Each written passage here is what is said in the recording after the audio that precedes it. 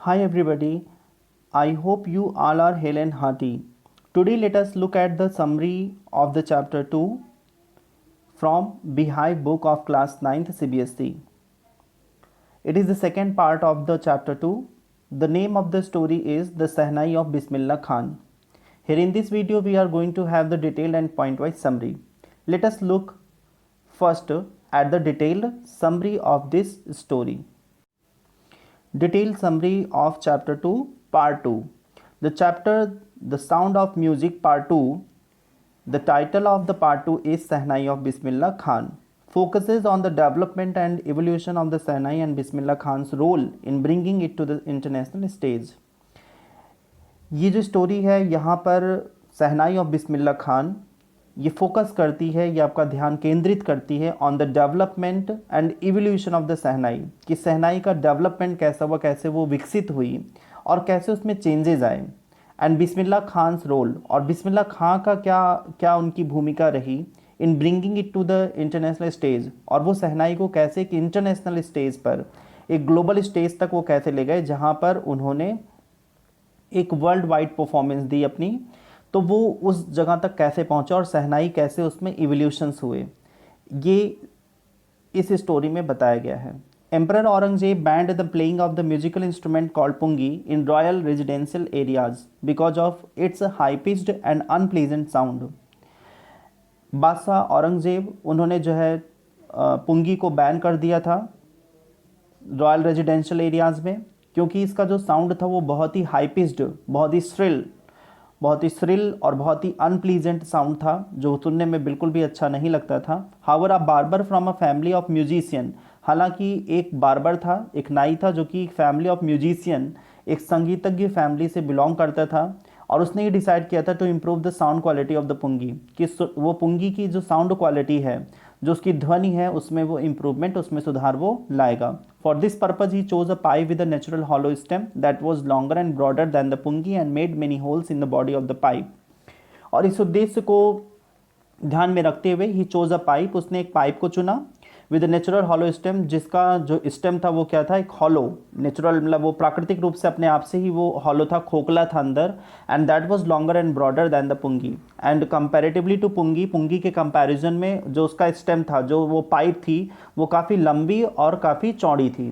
तो पुंगी की पाइप जो है वो काफ़ी शॉर्टर, काफ़ी छोटी हुआ करती थी, और वो कम चौड़ी हुआ करती थी, काफ़ी पतली हुआ करती थी. लेकिन जो सहनाई बनी वो उसकी जो पाइप है वो लॉन्गर और ब्रॉडर थी, एंड मेड मेनी होल्स, और उसने जो है उस पाइप में कई छोटे छोटे होल बनाए. और when he played on this pipe by closing and opening some of the holes, और जब बार्बर ने क्या किया कि जो होल्स उसने बनाए, जब उसने कुछ होल्स को क्लोज किया, कुछ को ओपन किया फिंगर से, और वहाँ पे क्या हुआ कि उसने एयर को ब्लो किया उस पाइप में, और ब्लो करने के बाद उसने कुछ होल्स को क्लोज किया, फिर कुछ को ओपन किया. ऐसे जो है चीज़ों को करने से वहाँ पे एक सॉफ्ट और मेलोडियस साउंड प्रोड्यूस हुई, which was very pleasant and melodious, जो क्या थी, बहुत ही प्लेजेंट और मेलोडियस थी, जो किंग को, एम्परर को बहुत ज़्यादा अच्छी लगी.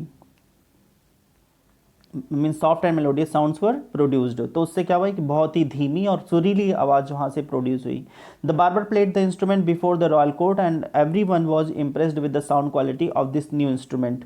बार्बर ने क्या किया कि जो ये इंस्ट्रूमेंट था, जो ये म्यूजिकल ऑर्गन था, इसने इसको रॉयल कोर्ट में, मतलब दरबार में उसने उसको प्ले किया, उसको बजाया, और वहाँ पर जितने भी लोग थे वो बहुत ही इम्प्रेस्ड हुए, बहुत ही जो है उससे प्रभावित हुए with the sound quality of this new instrument. जो एक नया इंस्ट्रूमेंट उसने वहाँ पर बनाया था, उसको, उसकी आवाज़ को सुनकर के लोग बहुत ज़्यादा प्रभावित हुए. The instrument greatly differed from the pungi, ये जो इंस्ट्रूमेंट था वो पुंगी से बिल्कुल अलग था, and so had to be named, इसलिए इसका कुछ एक अलग नाम रखना भी था, क्योंकि पुंगी जैसा नहीं दिखता था तो लोग इसका पुंगी नाम नहीं रख सकते थे, इसलिए वहाँ पर एक नए नाम की ज़रूरत थी. Since it was first played in the सास चैम्बर, क्योंकि ये सा मीन्स क्या होता है, राजा के दरबार में ये बजाया गया, एंड वॉज प्लेड बाई अ नाई, और ये नाई ने बजाया, बार्बर ने बजाया. तो this new instrument instrument came to be known as shehnai, इसलिए इसका नाम क्या पड़ गया, शहनाई। शहनाई ये दो शब्द से मिलकर बना हुआ है। शाह मीन्स होता है राजा और नाई मीन्स क्या होता है, बार्बर। शाह मीन्स क्या होता है, राजा के कोर्ट में जो है, यहाँ पे शाह का मतलब क्या है कि राजा के कोर्ट में, राजा के दरबार में ये बनाया गया, शाह के दरबार में इसे बजाया गया। और किसने बजाया, नाई ने, इसलिए इसका नाम क्या पड़ गया, shehnai. Ustad Bismillah Khan is credited with bringing the shehnai to the national and international classical stage. और इसमें जो बड़ी भूमिका जिन्होंने निभाई वो कौन थे, उस्ताद बिस्मिल्लाह खान थे। इन्होंने ये क्रेडिट उनको जाती है क्योंकि उन्होंने शहनाई को एक नेशनल और इंटरनेशनल पहचान दिलाई। वो एक क्लासिकल स्टेज पर, एक जो है जो क्लासिकल स्टेज है जहाँ पर भारतीय एक म्यूजिक की जो एक आइडेंटिटी है, उसको जो है उस शहनाई को ख्याति देने के लिए इसका जो एक बड़ी जो भूमिका है वो बिस्मिल्लाह खान ने निभाई और उन्होंने शहनाई को एक अलग पहचान दी। Bismillah Khan belong to a famous family of shehnai players from Bihar. Bismillah Khan एक बिलोंग करते थे, वो संबंध रखते थे एक फेमस फैमिली से, बहुत ही प्रसिद्ध एक फैमिली से जो है उनका संपर्क था, एक संबंध था, जो कि शहनाई प्लेयर्स थी फ्रॉम बिहार। बिहार से जो है वो एक शहनाई प्लेयर की फैमिली थी। He got fascinated with the Sahnai at the young age of 3 years when he observed his maternal uncles playing it. वो बहुत ही अट्रैक्ट हुए शहनाई की तरफ जब वो महज 3 साल के थे और उन्होंने ऑब्जर्व किया तब जब उनके मैटरनल अंकल, जब उनके मैटरनल अंकल, उनके मामा जो है इसको बजा रहे थे, तब उससे वो बहुत ज़्यादा अट्रैक्ट हुए। His uncle was appointed to play the shehnai at the Vishnu temple of Banaras. उनके अंकल को जो है नियुक्त किया गया था विष्णु टेम्पल में, बनारस में, जहाँ पर वो शहनाई प्ले किया करते थे। And Bismillah Khan regularly accompanied him, और बिस्मिल्लाह खान भी उनके साथ जो है वहाँ पर जाया करते थे। He started taking music lessons on playing the shehnai. He practiced playing the instrument on the banks of the Ganga, where the flowing waters inspired him to invent new ragas. उन्होंने म्यूजिक लेसन जो है on playing the शहनाई, उन्होंने शहनाई को बजाने के लिए उन्होंने music lesson शुरू किया, मतलब अपनी एक म्यूजिक क्लास स्टार्ट की बिस्मिल्लाह खान ने। ही प्रैक्टिस, उन्होंने अभ्यास किया, प्लेइंग द इंस्ट्रूमेंट, शहनाई को बजाने के लिए उन्होंने जो है अभ्यास किया। कहाँ पर, on the banks of the Ganga river, जो गंगा रिवर है बनारस में, वहाँ उसके किनारे। And where the flowing water inspired him to invent new ragas, जहाँ पर वो नदी के बहते हुए पानी, जो बहते हुआ पानी रहता था उसके किनारे बैठ करके वो नए नए राग को बनाते थे और उनको वहाँ से उसकी प्रेरणा मिलती थी। He started playing the shehnai on the All India Radio in 1938, और 1938 में जो है उन्होंने ऑल इंडिया रेडियो पर जो है उन्होंने ऑनलाइन जो है, मतलब ऑन एयर उन्होंने पहली बार शहनाई को प्ले किया। And become the first Indian to greet the newly independent country on 15 August 1947। और जब भारत को स्वतंत्रता मिली तो स्वतंत्रता का जो पहला सूर्य उदय हुआ, उस सूर्य की किरणें भारत की धरती पर इनकी शहनाई की गूंज के साथ पड़ी, और ये पहले ऐसे भारतीय बने जिन्होंने भारत की स्वतंत्रता का स्वागत किया अपनी शहनाई की ध्वनि के साथ। कहाँ, रेड फोर्ट पर। The king of Afghanistan become so fascinated by Bismillah's music, और जो अफगानिस्तान के किंग थे, जो राजा थे, वो बिस्मिल्लाह खां के म्यूज़िक से, बिस्मिल्लाह खां की जो एक प्लेइंग ऑफ शहनाई से, उससे वो बहुत ही फैसिनेट हुए, बहुत ही अट्रैक्ट हुए। That he gifted him expensive Persian carpets, और उन्होंने जो है बिस्मिल्लाह खां को एक बहुत ही कीमती जो है पर्शियन कारपेट्स जो है गिफ्ट की। Vijay Bhatt named a film Goonj Uthi Shehnai after being impressed by his music at a festival. Vijay Bhatt जो है वो कांस म्यूजिक में गए हुए थे और उन्होंने बिस्मिल्लाह खां की शहनाई वादन वहाँ पर सुना और उनकी म्यूजिक से सुनकर के वो बहुत ज़्यादा प्रभावित हुए और उन्होंने एक फिल्म में चांस दिया, जिस फिल्म का नाम क्या था, गूंज उठी शहनाई। उन्होंने अपनी फिल्म का नाम ही जो है गूंज उठी शहनाई रखा। And after being impressed by his music at a festival, he has played at the Lincoln centre hall in the United states. इन्होंने जो है Lincoln centre hall in the United states, जो कि यूनाइटेड स्टेट्स में है, वहाँ पे भी इन्होंने प्ले किया। The world exposition in Montreal, और एक वर्ल्ड का एक्सपोजिशन हुआ मॉन्ट्रियल में, वहाँ पे इन्होंने प्ले किया अपनी शहनाई को। द कांस आर्ट फेस्टिवल, और कांस आर्ट्स फेस्टिवल हुआ, वहाँ पर इन्होंने अपनी शहनाई को प्ले किया था। एंड ओसाका ट्रेड फेयर, और ओसाका में एक ट्रेड फेयर हुआ था, वहाँ पर इन्होंने अपनी शहनाई को प्ले किया था। तो इस तरह से इन्होंने इंटरनेशनल कई सारे ऐसे प्लेटफॉर्म थे जहाँ पर इन्होंने शहनाई प्ले करके इन्होंने काफ़ी ज़्यादा प्रसिद्धि कमाई थी। He also enjoys the honour of having the auditorium तहर मौसिक्यू Ustad Bismillah Khan named after him, और इनको जो है एक सम्मान के लिए एक जो है इनको ऑडिटोरियम जो है दिया गया, जिस एक सम्मान के लिए, जिसका नाम क्या रखा गया, तहर मौसिक्यू उस्ताद बिस्मिल्लाह खान, जो इनके मरने के बाद, नेम्ड आफ्टर हिम, मतलब जो इनके मरने के बाद उसका नाम पड़ा। He is proud recipient of the Padma Shri, Padma Bhushan and Padma Vibhushan and the Bharat Ratna. इनको जो है भारत के जो बहुत ही ऑनरेबल अवार्ड्स हैं, बहुत ही प्राउड एक रिसिपिएंट ये बने ऑफ द पद्मश्री, पद्मश्री के, पद्म भूषण के और पद्म विभूषण के और भारत रत्न का। इनको जो है एक हाईली सिविलरी अवार्ड मिला। His life exemplifies the rich cultural heritage of India। इनका जीवन जो है वो एग्जाम्पल देता है एक बहुत ही धनी और बहुत ही cultural heritage of India, Bharat की संस्कृति की पहचान का उदाहरण बनता है। This was all about the detail summary of Ustad Bismillah Khan. Now look at the point wise summary. In point wise summary, Bismillah Khan was a great shehnai player. Bismillah Khan जो है वो एक बहुत ही ग्रेट शहनाई प्लेयर थे। He belong to a family of professional musician, और वो एक बहुत ही प्रोफेशनल म्यूजिशियन फैमिली से बिलोंग करते थे। He was attracted toward shehnai at the age of 3 and with his hard work be brought in on to the classical stage. और ये शहनाई की तरफ बहुत ही अट्रैक्ट थे जब ये महज 3 साल के थे, और उन्होंने कठिन परिश्रम करके इसको एक क्लासिकल स्टेज की पहचान दिलाई।